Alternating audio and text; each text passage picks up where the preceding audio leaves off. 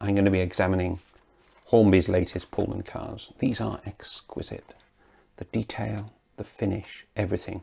I'm told, but I'm too blind to see, that you can even read the writing on the Metropolitan and Camel builder's plate for, this is about 1925. The finish is exceptional. They even have lights. All these light up, picked up from the bogies. But there have been some reported problems over derailments on tight curves. Well, I wouldn't use these on tight curves if you're going to have a train set. Well, I really do have a train set. We'll have a big train set. Pullmans, unless they were single cars in southern trains, certainly ran 6, 7, 8, 9, 10 and so on, 11, even 12 car trains. Mark that down. Pullmans are always called cars, never coaches. And they have this standard tension lock coupling. If ever something needs banishing from the model railway hobby, it is the tension lock coupler. Whoever makes it, it's awful. So I'm going to shift it. You just unscrew that. Now, by all means, keep the self-tapping screw, which has a value, but that in the bin. And you're left with this peculiar protrusion. It's designed to extend as the cars come into bends. Now, there are other systems. Keene has this system as well, but I hate this. So get your Zurons. Certain aspects of the hobby are satisfying, and this is satisfying. Ping, and it's gone forever. It's lost to the world, and be happy. Tidy it up maybe with a file, although that's pretty good. Now, Pullman cars had Pullman gangways and Buckeye couplings. You could fit, I suppose, KD couplings, which look like a Buckeye, but it was very rare that Pullman cars would be marshalled. By that I mean they ran in set rakes. So if you wish, keep the hideous coupling at both ends if you really need it to couple up to your locomotive. But make something different to go between the cars, something better. And with my part Yorkshire upbringing, if you can make it for pennies, then do so. I'm going to use a piece of PCB sleeper strip as a base. Now, Hornby have very, very handily left us a little lip there on which to glue this. So I'm going to cut it to size. It doesn't have to be crucial, the size, but Zurons are excellent for this. Roughen the back with a file. Check that it's in the right position.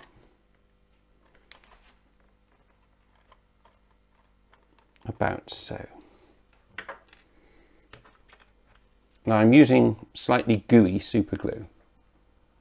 Have a little piece of wire and a pad, an old tissue underneath, because it does tend to dribble out. Whatever you do, don't apply the glue from the nozzle. That will just be disastrous. It will get everywhere. And then this can be just slotted into position.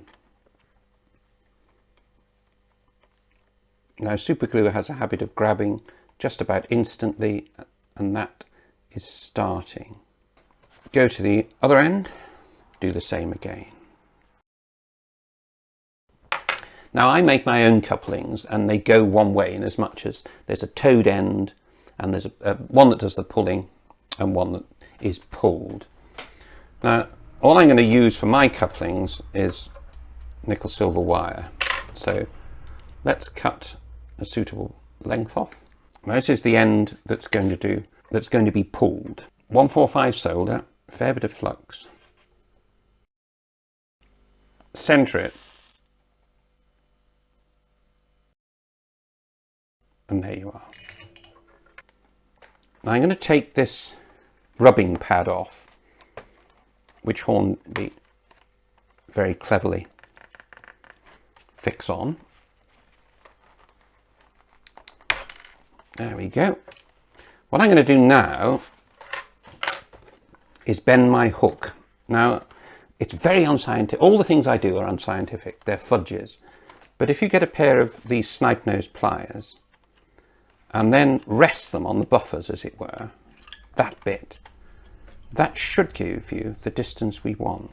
And then just bend that over in the form of a hook.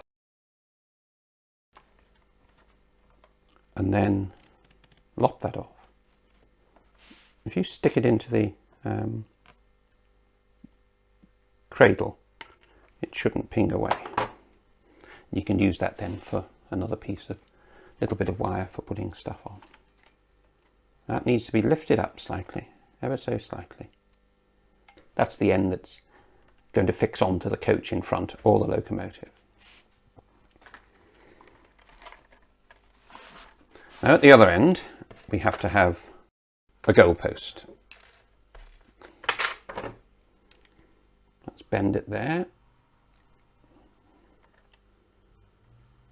Not quite in the right place. See, you always need a bit more. There we go. And it needs to go between the buffers. These are oval buffers, so mark it off. Very unscientific. The clever guys will measure it, but since I'm not clever, I don't do that. Bend it. You'll find that this will fight you all the way, but just hold it in position.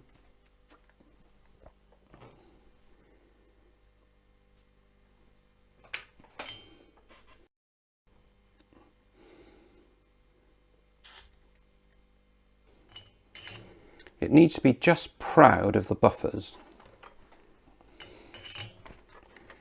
And that needs bending up then to about buffer height. Now, here comes the clever bit.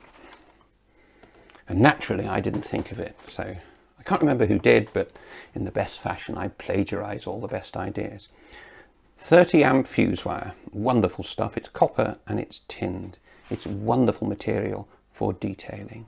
Nothing better. It's more difficult to get these days because with electronic plug-in things, you need to go to electricians. I don't think hypermarkets know what you're on about. Some spotty oik will just look at you and fiddle with his earring and tattoo, but you still can get it. But it needs to be straightened, but because it's copper, it will straighten. Clamp it in a vise, wrap one end with a pair of pliers, and just pull. You'll twist your vise, of course, but that's straight enough.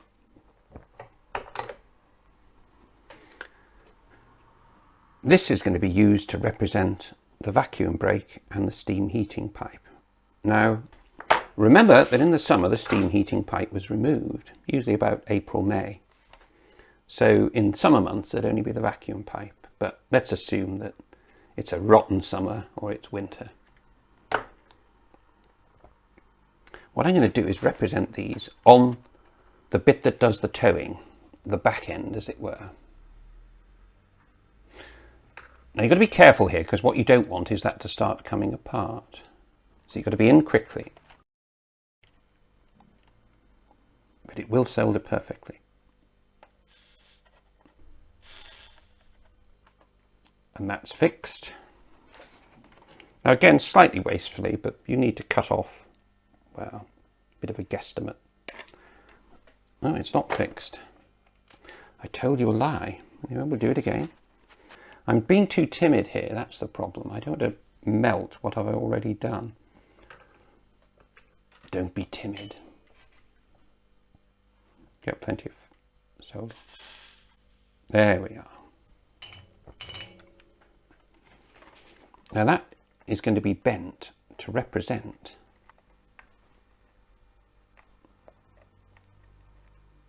see how malleable, how pliable fuse wire is. You can do it with your fingers.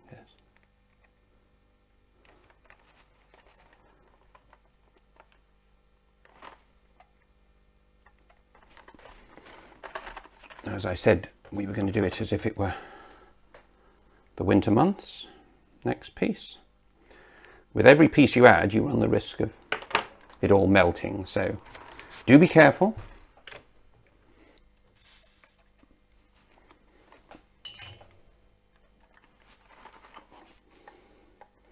Then you can bend these to suit. Obviously clean them off before you paint them. And in the time-honoured fashion of Blue Peter, here is one that I did earlier. This is on one of Hornby's original cars, and what I've done here is fit a goalpost across the buffers. I don't think that's quite as good a solution, to be honest with you, so I've improved it. You can see there, I hope, the copper clad and the strips of stuff.